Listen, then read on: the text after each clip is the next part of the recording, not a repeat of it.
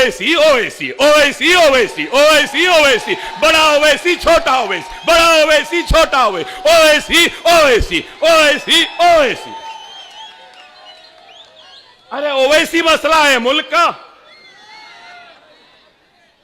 बेचारे पुलिस वाले भी, नहीं ओवैसी साहब आए जल्दी चलो दे दो, हूं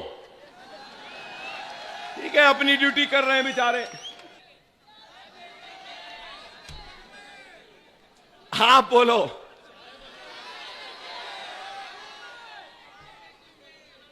तो अब मेरी बात भड़काऊ है,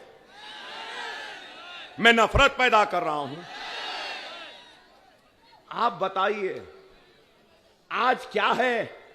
अरे इनको आईना दिखाने वाला कोई नहीं है, हम दिखाते हैं इसलिए हम बुरे हैं।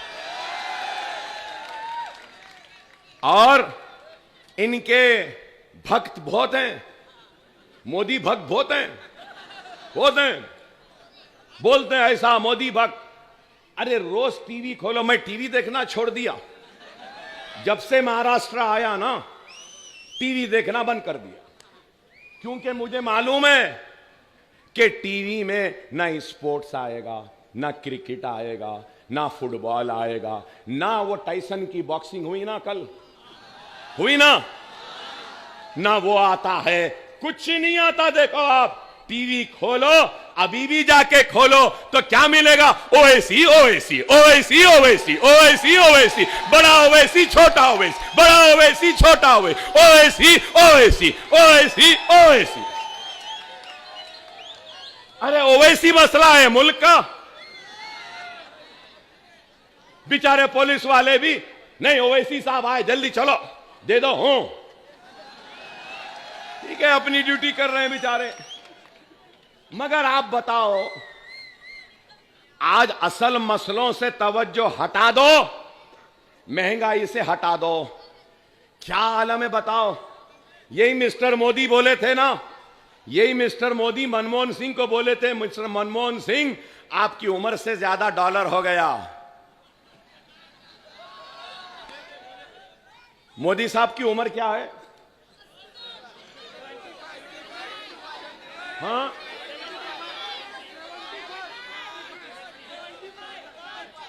अच्छा 70 साल है बोल रहे हैं, गुड। Dollar dollar 84.44। वाह मोदी, डॉलर 10 साल बड़ा हो गया। वाह वाह वाह।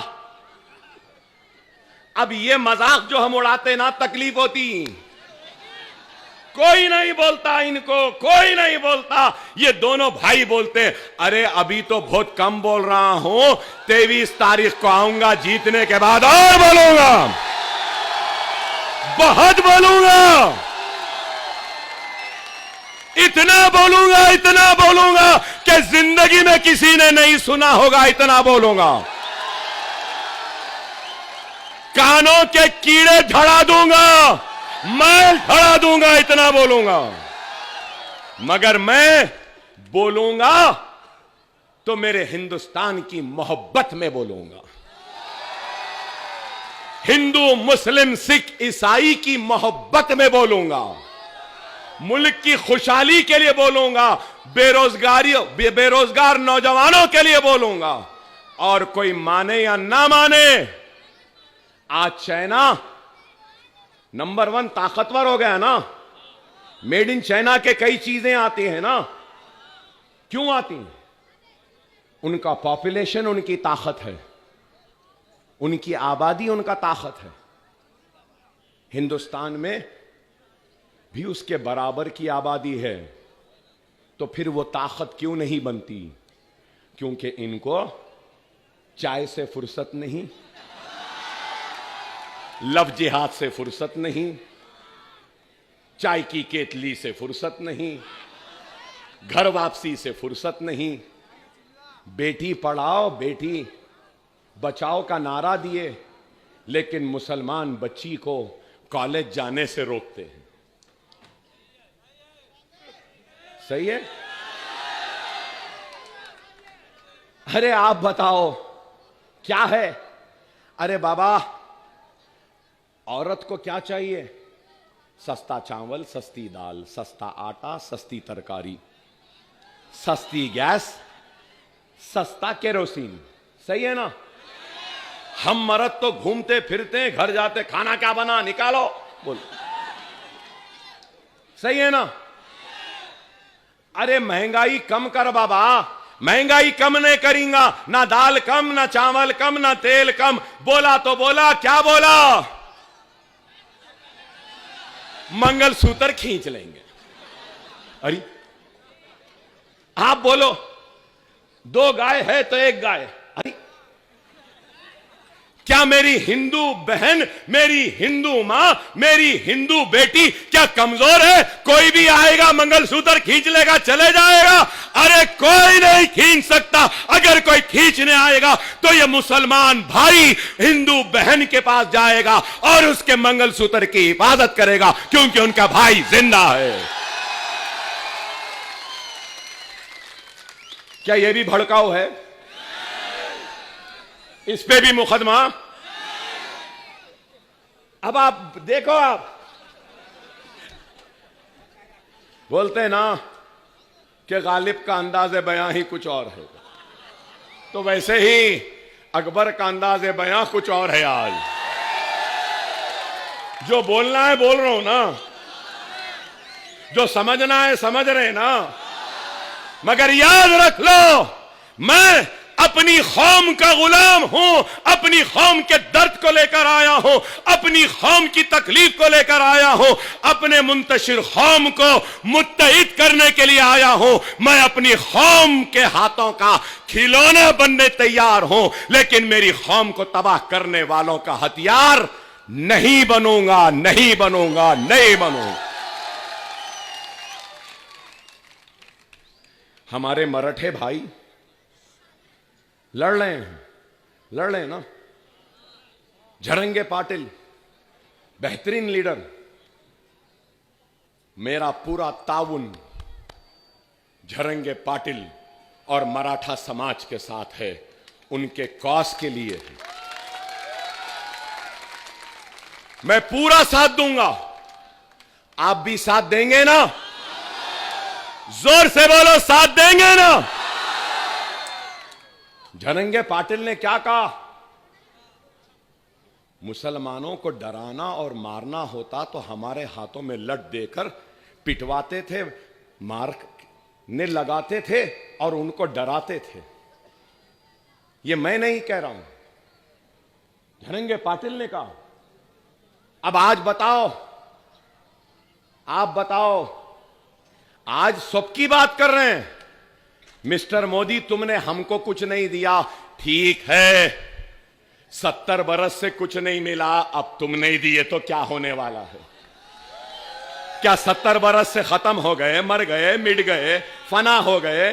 कोई मिटा सका? 50,000% हुए, हम मिटे नहीं, हम डरे नहीं, हम खत्म नहीं हुए।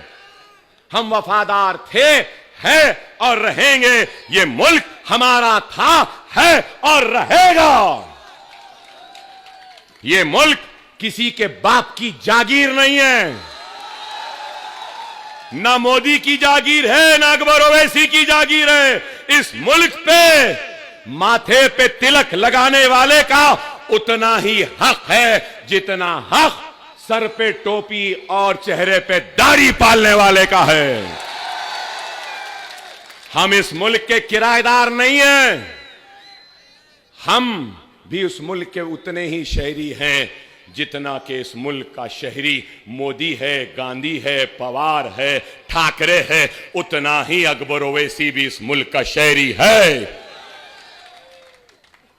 अब इंतखाबात आ गए, कांग्रेस का कैंडिडेट है ना, अंदर क्या पहनता है भाई? हाँ, अच्छा मालूम आप लोगों? शिंदे का वो भी वही है ना वही? अच्छा वो छोटा है। हाँ, अब फुल पैंट भी आ गया है, फुल पैंट भी आ गया है ना। पहले हाफ था, फुल आ गया, सही है। अब इन सब में 1 2 3 पूरे वहीं के, उसमें एक तो अपना है ना, है ना? तो अपने का साथ दोगे ना, उसकी हिम्मत बनोगे ना? खुदारा समझो मेरी बात को, समझो। हमारी आवाज होनी चाहिए, हमारे नुमाइंदे होने चाहिए। यहां जो लोग हैं यहीं ठहरे रहिए, अभी वक्त है, वक्त है। आपको भी बोल रहा हूं, ठहर जाइए, सब ठहर जाइए। अभी 2 मिनट हैं, अभी 2 मिनट है। अपनी कौम को बेदार करने के लिए, अपने कौम के मुर्दा दिलों में जिंदा ईमान फूंकने के लिए, अपने कौम को मुनज़्ज़म करने के लिए, मुत्तहिद करने के लिए 2 मिनट भी काफी है। खुदारा मुनज़्ज़म हो जाओ, मुत्तहिद हो जाओ। ये ऐसी सियासत है, कौन कहां जाने वाला है नहीं मालूम। ये कांग्रेस के जो सदर है ना, क्या नाम,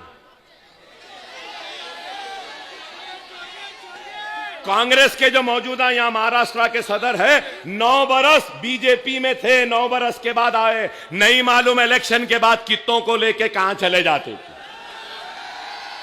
नहीं मालूम पवार कहां जाते की, नहीं मालूम शिंदे कहां जाता की, नहीं मालूम उद्धव कहां जाता की। कोई भी कहीं भी जा सकता है। इन सब जाने वालों में एक है जो कहीं नहीं जाएगा।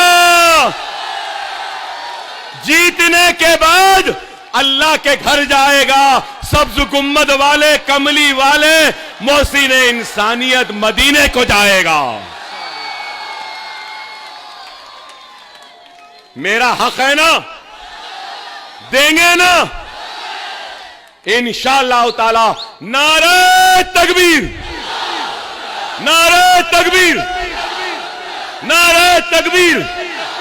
हिंदुस्तान, भारत, इंडिया, मजलिस-ए-इत्तेहादुल मुस्लिमीन, वारिस पठान, पतंग पतंग पतंग पतंग पतंग पतंग पतंग।